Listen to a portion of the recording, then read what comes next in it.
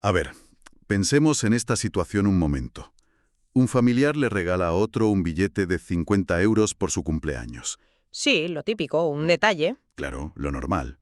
Pero al día siguiente, quien recibe el billete se siente un poco culpable. Decide que es demasiado dinero y lo devuelve, exactamente igual que como lo recibió. Un simple intercambio de cortesía en el salón de casa. Eso es. Pues bien, resulta que en la España de 2026, el Estado considera que ahí han ocurrido dos transmisiones de riqueza distintas y exige cobrar impuestos en el viaje de ida y otra vez en el viaje de vuelta sobre ese mismo billete. Qué locura, ¿verdad? Totalmente.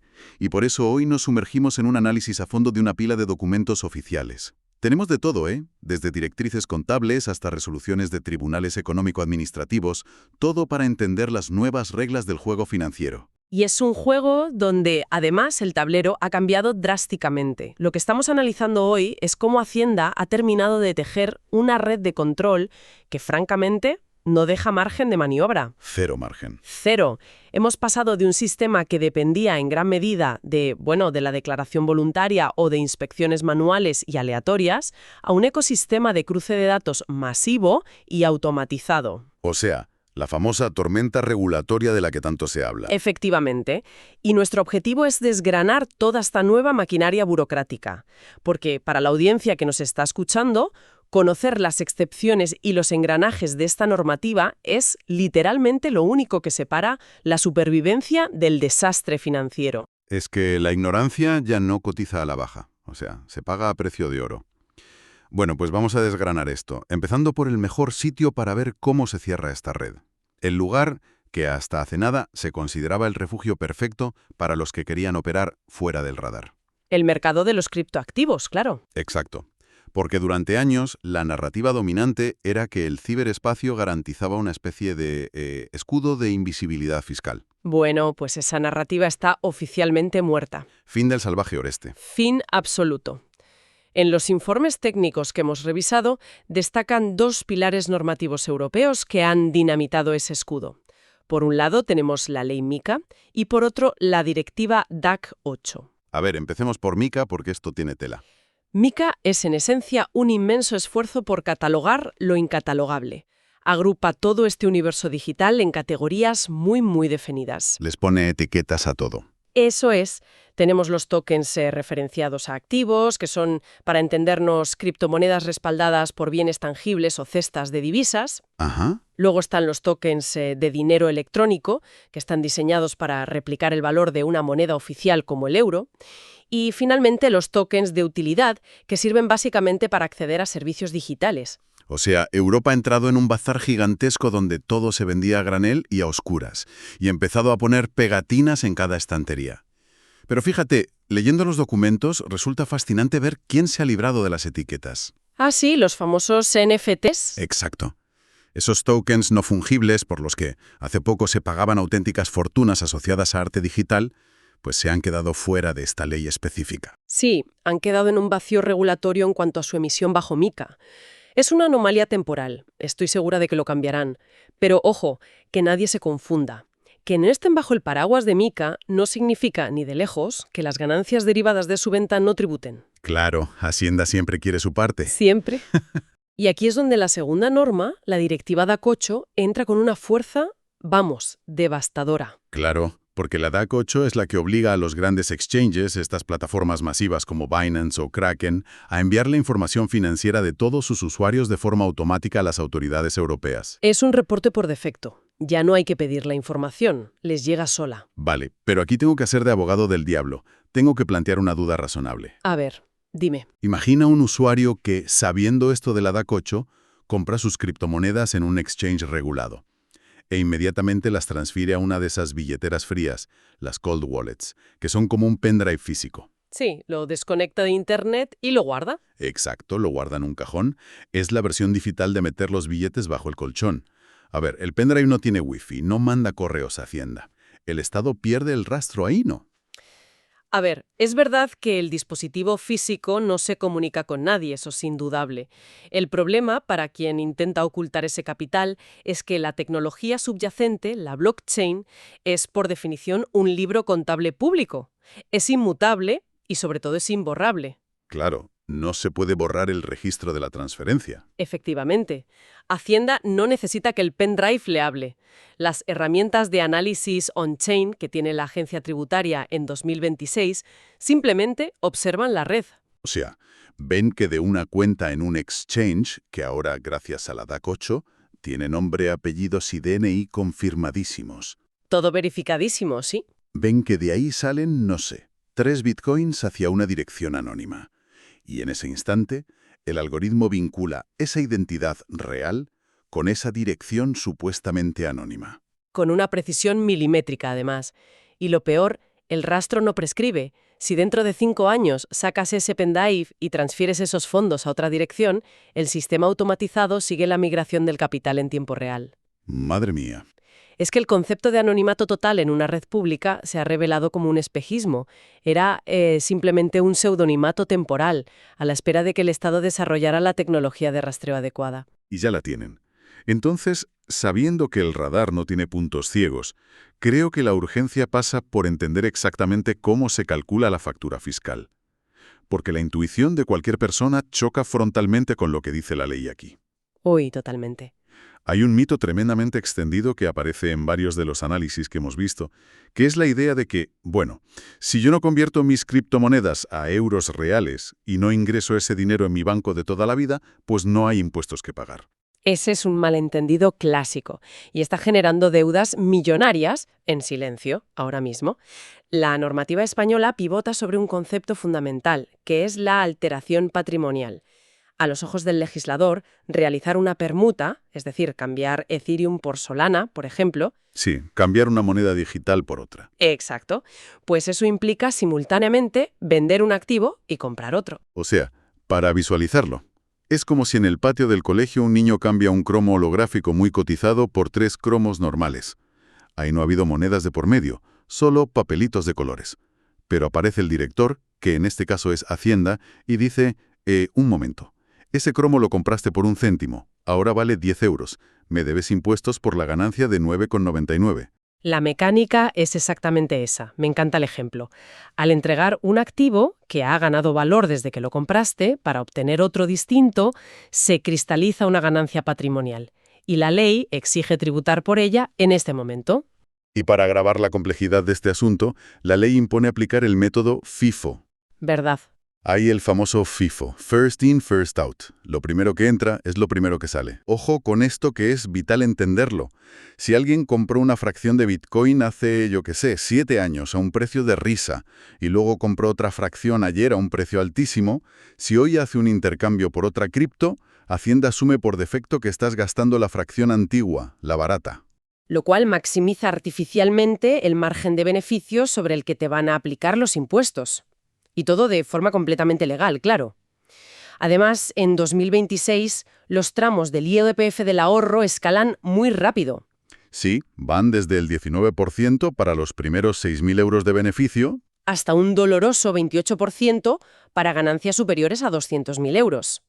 Y recuerda, son impuestos que tienes que pagar en euros contantes y sonantes, aunque toda tu operación se haya hecho en activos digitales. Eso es una faena, porque obliga al inversor a tener que vender parte de sus criptomonedas a dinero fiduciario solo para tener liquidez con la que pagarle a Hacienda el impuesto del intercambio. Efectivamente. Y si a este laberinto le sumas la obligación de informar sobre lo que tienes fuera de España, pues ya tenemos el cóctel completo. Ah, claro, el temido modelo 721. Exacto. Es una declaración informativa que es obligatoria si, a 31 de diciembre, tienes un saldo en plataformas extranjeras que supera los 50.000 euros. Solo es informativo, ¿no? No pagas nada al presentarlo. Pero es la baliza que utiliza Hacienda para cruzar datos con el impuesto sobre el patrimonio y con el de solidaridad de las grandes fortunas. De hecho, fíjate qué curioso, hay profesionales que se trasladan desde Alemania o Suiza a trabajar aquí, y al adquirir la residencia en España, pierden de golpe las ventajas fiscales que tenían en sus países de origen sobre la retención a largo plazo. Menudo chasco. Total. La única vía de escape técnica para no presentar este modelo 721 es estar acogido a la famosa ley Beckham para trabajadores desplazados. Si no, te toca pasar por el aro. Claro. Y viendo toda esta avalancha de normas que van tan en contra de la intuición de la gente, llegamos a un escenario inevitable. Hay miles de personas acumulando deudas fiscales gigantescas sin ni siquiera saberlo. Y sin sospecharlo lo más mínimo. De aquí es donde tenemos que hablar del precio real de equivocarse. Si alguien intuye que tiene un desastre en sus declaraciones pasadas, la reacción humana más natural, es meter la cabeza bajo tierra, quedarse quietecipo, no decir ni mu y rezar para que el inspector de turno pase de largo entre tantos millones de contribuyentes. Bueno, esa estrategia de inacción igual tenía sentido en los años 90. Hoy hacer eso es un auténtico suicidio financiero. Ya no funciona, ¿no? Para nada. La diferencia fundamental es que ya no hay un inspector humano con su gafita y su carpeta revisando expedientes uno a uno. Ahora son macroalgoritmos cruzando tu declaración de la renta con los datos de los modelos 172 y 173 de los exchanges españoles y con los informes internacionales de la DAC 8. O sea, una maquinaria perfecta. El algoritmo no se cansa, no se va a tomar un café y detecta la discrepancia de forma instantánea. Vale, entonces, si el sistema detecta el fallo antes de que tú des un paso, ¿cuál es el golpe real? Supongo que el artículo 191 de la Ley General Tributaria no tiene mucha compasión, que digamos. Ninguna en absoluto. Entramos de lleno en el terreno de las sanciones. Para que te hagas una idea, una infracción clasificada como leve ya conlleva una multa del 50% de la cantidad que dejaste de ingresar. El 50%, madre mía.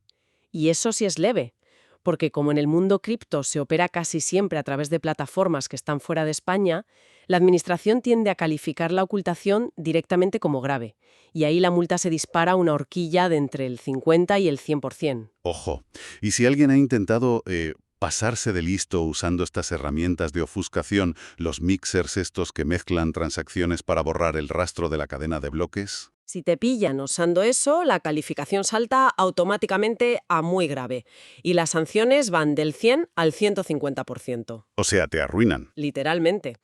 Y todo esto sumado al pago de la deuda original y los intereses de demora, claro, por no hablar de la multa específica por no presentar el modelo 721, que castiga con 20 euros por cada dato omitido, con un suelo mínimo de 10.000 euros.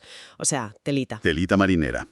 Sabiendo que el algoritmo va a encontrar el fallo sí o sí, la única salida lógica para quien esté en esta situación es adelantarse, ¿no? La regularización voluntaria, el famoso artículo 27. Es el único salvavidas real que ha dejado el legislador. Si presentas una declaración complementaria y pagas lo que debes antes de recibir una carta oficial de Hacienda, se anulan todas esas multas draconianas de las que hablábamos. Menos mal. ¿Y qué pagas entonces? El mecanismo de penalización se reduce un montón. Pagas un recargo del 1% por el primer mes de retraso, que va sumando un 1% adicional por cada mes completo que pase. O sea, a ver si lo entiendo. Si alguien regulariza sus criptos 6 meses tarde por su cuenta, paga lo que debía de impuestos, más un 6% extra de recargo. Eso es. Y además hay un descuento del 25% sobre ese recargo si pagas pronto y no recurres. Frente a un 100% de multa si esperas a que te llegue la carta certificada. Vamos, las matemáticas son aplastantes. Y toda esta inflexibilidad tributaria y algorítmica me viene perfecta para conectar con el siguiente gran tema. Hemos estado hablando del mundo digital, de cómo la blockchain impide darle al botón de deshacer. Sí. Pero es que resulta fascinante ver que en el mundo físico, el de las herencias, las donaciones y el patrimonio familiar de toda la vida, las leyes funcionan con una inmutabilidad casi idéntica. Totalmente. El choque entre lo que quieren hacer las familias y la rigidez del Estado genera casos de estudio increíbles. Hay varios en los boletines del Tribunal Económico Administrativo que son oro puro. Volvamos a la metáfora del inicio, la del billete de 50 euros que se devuelve, pero a lo grande. Hay un caso del TEAR de Madrid que parece sacado de una película de terror burocrático. A ver, un matrimonio acude al notario. Un cónyuge decide donarle al otro el 50% de la propiedad de un inmueble. Firman, lo elevan a público y liquidan religiosamente el impuesto de donaciones. Hasta ahí todo correcto. Claro. Pero tiempo después, la pareja, de muy buen rollo y de mutuo acuerdo, decide que prefieren revertir la situación. Vuelven a la notaría, sin disputas, para anular la primera escritura y dejar la casa como estaba a nombre del primero. Y ahí es donde aparece Hacienda con la factura. Porque en el derecho tributario el arrepentimiento privado no existe. El mecanismo legal clave aquí es lo que se llama la perfección del contrato. Suena muy técnico. Sí, pero es sencillo. En el momento en el que el segundo cónyuge aceptó la donación original y firmó, el negocio jurídico quedó civilmente perfeccionado. Se produjo el hecho imponible. Vamos, que se generó riqueza sujeta a tributación a los ojos del Estado. Ya. Pero si las dos partes implicadas están de acuerdo en que fue un error o simplemente un cambio de planes familiar, ¿por qué no se puede cancelar y punto? Porque el Código Civil en España es muy estricto con esto. Establece unas causas extremadamente tasadas y restrictivas para revocar legalmente una donación. Tienen que ser motivos muy graves como la ingratitud manifiesta del donatario o la aparición repentina de nuevos hijos. O sea, casos extremos. Exacto. El simple mutuo acuerdo no está en esa lista. Así que, al no existir una causa de nulidad amparada por la ley, el tribunal determina que devolver la titularidad de ese inmueble no es una anulación. Es un negocio nuevo. Exactamente. Es una segunda donación, pero en sentido inverso. Y eso exige volver a pagar el impuesto de sucesiones y donaciones. Básicamente, la transmisión de la propiedad actúa como un interruptor de un solo sentido para las arcas públicas. Es un nivel de literalidad asombroso, la verdad. Te cobran por ir y por volver. Y ojo, que no es el único caso donde las fronteras de los impuestos cambian las reglas en un segundo. Hay una consulta vinculante de la Dirección General de Tributos, la V1191, que expone una situación con las prejubilaciones que parece un error en Matrix. Uf, ese caso es dramático, pero exige una precisión contable absoluta. Imagina un trabajador que acuerda su prejubilación con la empresa, ¿vale? La compañía se compromete a pagarle una buena suma de dinero, pero fraccionada en varios años. ¿Como una renta? Exacto. Mientras ese trabajador está vivo y va cobrando las cuotas, ese dinero tiene una naturaleza jurídica clarísima. Son rendimientos del trabajo. Por lo tanto, tributan por el IRPF, y la empresa hace lo correcto al aplicarle las retenciones en la nómina. Claro, hasta ahí es el procedimiento estándar. Pero el problema surge si esa persona fallece trágicamente antes de cobrar todos los plazos que le quedaban. Ese derecho de cobro pasa a sus herederos. Efectivamente. Y la empresa, siguiendo su protocolo habitual de recursos humanos, emite el siguiente pago a la familia de este señor y le vuelve a aplicar la retención del IRPF. Y esto es un problema. Un problema enorme, porque constituye una retención completamente ilegal. El mecanismo de tributación muta instantáneamente en el momento del fallecimiento. Cambia de naturaleza. Eso es. Los herederos no están cobrando un sueldo por un trabajo, están recibiendo una transmisión patrimonial mortis causa, una herencia. Ese capital deja de existir en el universo del IRPF y pasa a estar sujeto en exclusiva al impuesto de sucesiones. Claro, porque dos impuestos distintos no pueden gravar exactamente el mismo flujo de dinero por el mismo concepto. Esa es la base del sistema. La empresa retiene por inercia administrativa y los herederos, como no conocen este mecanismo de mutación fiscal, pues asumen que el descuento en el ingreso es correcto. Pero tienen todo el derecho legal de exigir que les devuelvan esos ingresos indebidos. Madre mía. A ver, si a las familias de a pie les resulta complejo navegar por estos cambios de estado, lo que enfrentan las empresas en 2026 roza ya la física cuántica. La contabilidad corporativa, otro mundo. Totalmente. Al revisar las resoluciones del Instituto de Contabilidad y Auditoría de Cuentas, el famoso ICAC, vemos reglas que de verdad parecen desafiar el sentido común más básico de los negocios. Hablemos del caso del coche y el creador de contenido, porque es buenísimo. Es un ejemplo perfecto de cómo evoluciona la fiscalidad hacia las nuevas economías digitales. Imagina una marca de coches que le cede un vehículo último modelo a un influencer durante 6 meses. A cambio, esta persona se compromete a publicar una serie de vídeos promocionales en sus redes. Un trueque de manual. Exacto. No se firma un solo cheque, no hay transferencias bancarias, todo es un intercambio de bienes y servicios puros. Vale, aquí necesito hacer de abogado del diablo otra vez. Si la empresa de coches no ha ingresado ni un solo céntimo de euro en su cuenta corriente por esta campaña, la lógica de la calle dictaría que no hay impacto financiero directo que gravar, ¿no? ¿Financieramente no entra dinero? Claro. Sin embargo, el ICAD exige que esto se contabilice como un doble movimiento, un ingreso por la publicidad que te hace el influencer y un gasto por la cesión del coche. Esto obliga a la empresa a pagar impuestos utilizando el dinero real de su caja para cubrir una operación que no ha generado absolutamente ninguna liquidez. O sea, pregunto, ¿no es esto empujar a las empresas a descapitalizarse por hacer un simple trueque comercial? A ver, desde la perspectiva de la tesorería pura y dura, la fricción es evidente y duele. Pero el mecanismo que defiende el ICAD se basa en un principio clave, que es priorizar el fondo económico frente a la corriente monetaria. O sea, lo que de verdad está pasando económicamente. Exacto. La contabilidad de una empresa no puede ser un simple registro de lo que entra y sale del banco. Su misión legal es reflejar la imagen fiel del patrimonio y de la actividad.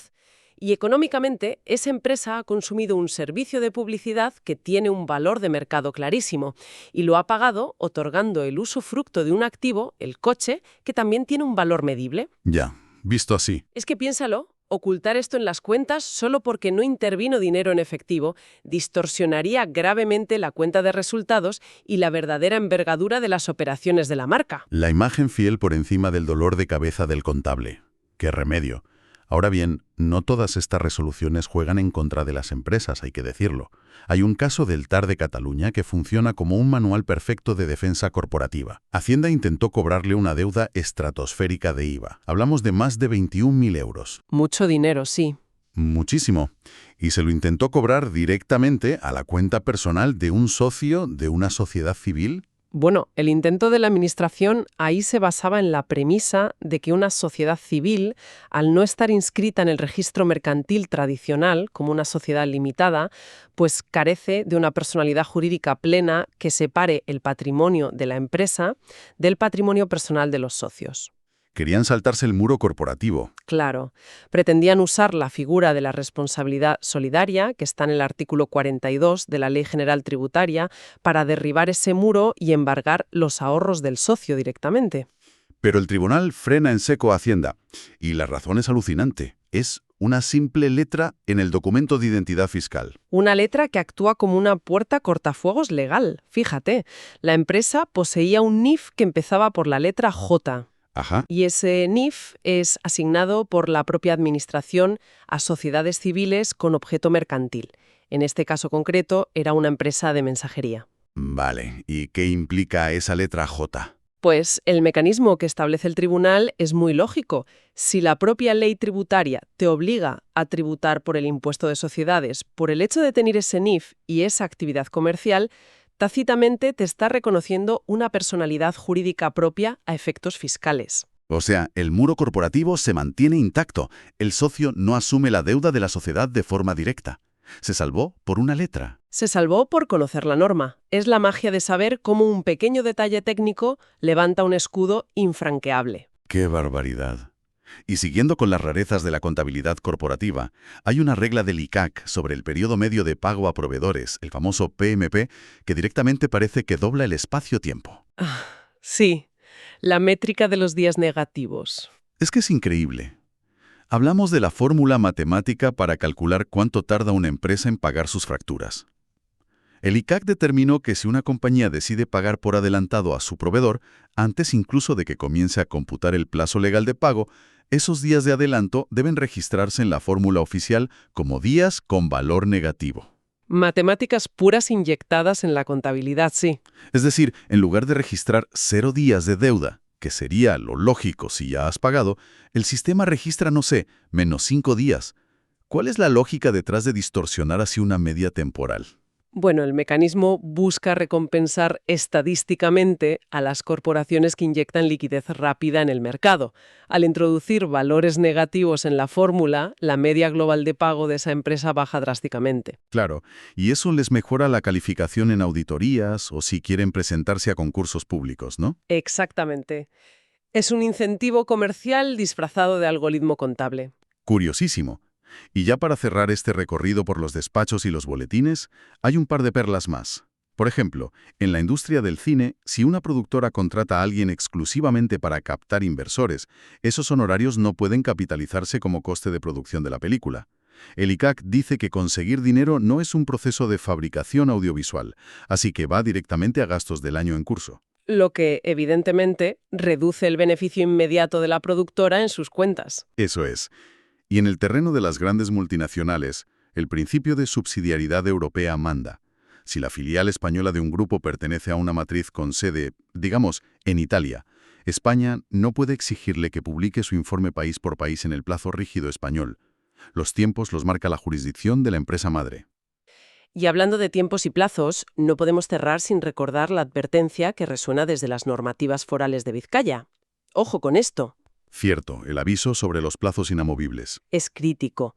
El 25 de abril de 2026 es la fecha límite absoluta para que los autónomos y entidades de allí presenten su renuncia o revocación al régimen especial simplificado del IVA, lo que todos conocemos como el sistema de módulos. Pasarse un solo día de ese límite implica quedarse atrapado bajo las condiciones de ese régimen fiscal durante todo el ejercicio.